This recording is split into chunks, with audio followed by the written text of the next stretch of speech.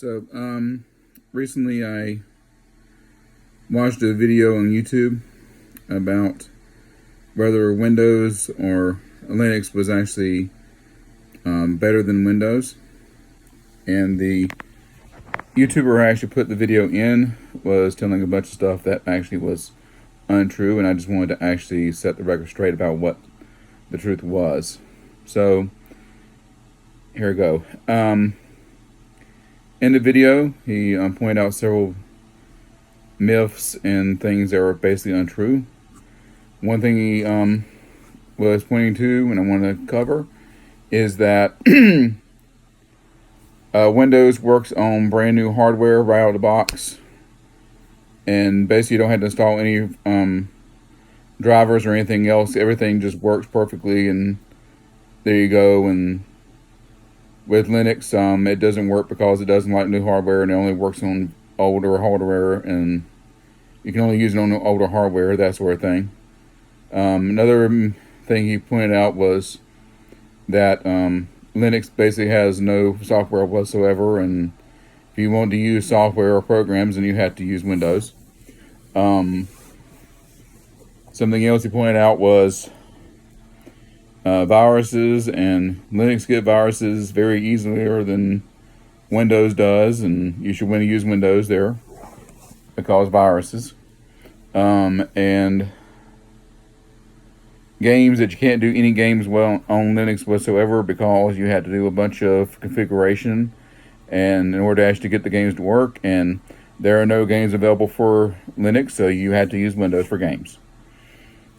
So first off, as a tech person that works on computers,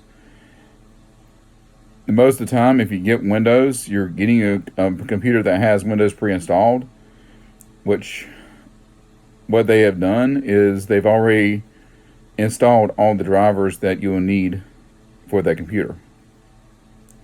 But if you just take Windows off a CD and install it onto the computer, you're going to have to download or get the drivers for the particular hardware, whether it be the graphics card or sound card or Wi-Fi card or you name it, and you had to install those drivers.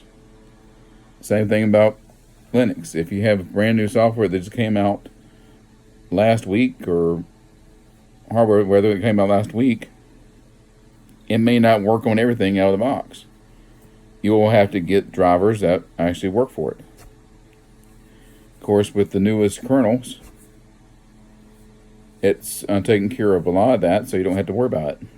So update the kernel and the hardware more than likely will end up working. That's one myth.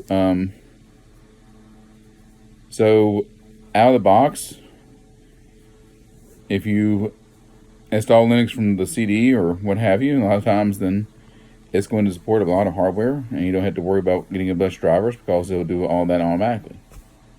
Where Windows, you have to actually get the drivers and install it. The other thing I wanted to touch on is viruses. It's true that Linux doesn't have many viruses because it's not that big market share, and Windows has a bunch of it.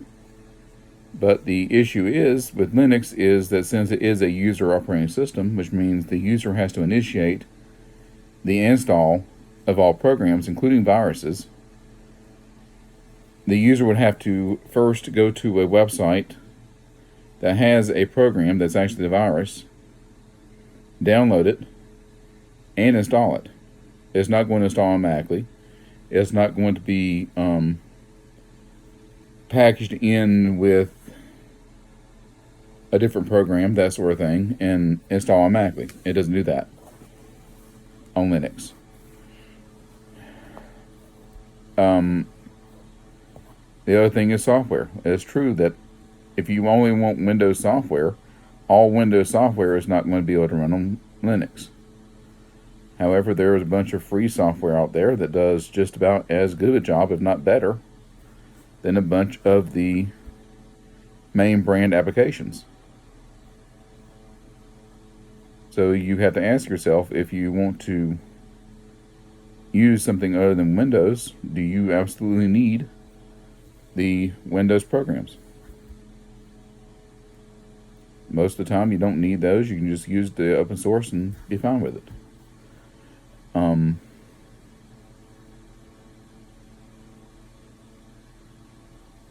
Let's see. Yeah, and the last part is games.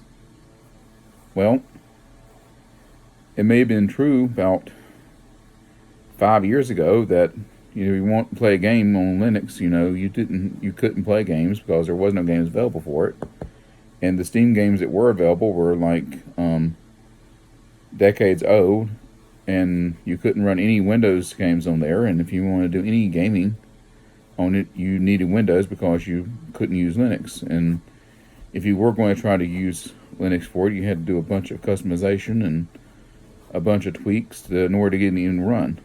However, with Proton for Steam now, there is over 5,000 games that you can run that are Windows games that you can run on Linux. And with those,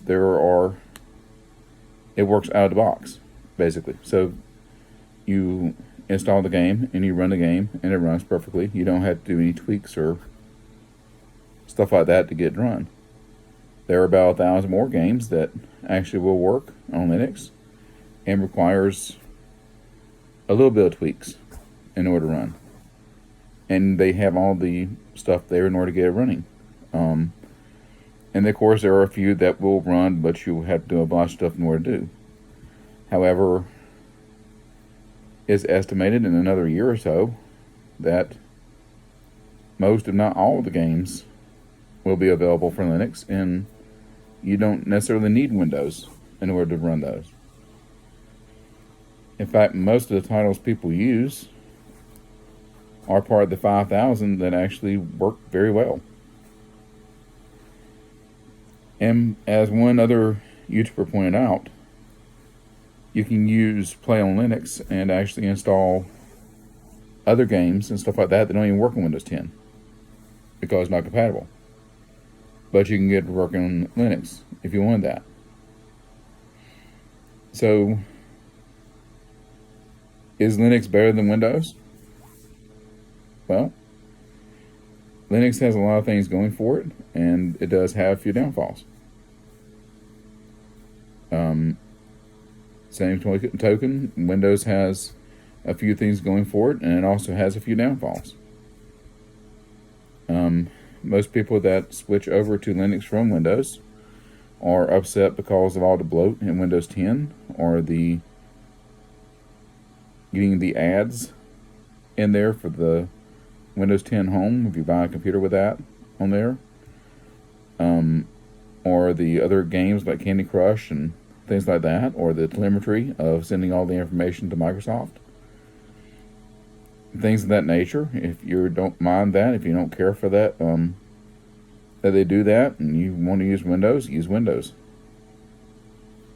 If you're upset about that and you want something that might be an alternative that doesn't do all that, then Linux is a possibility.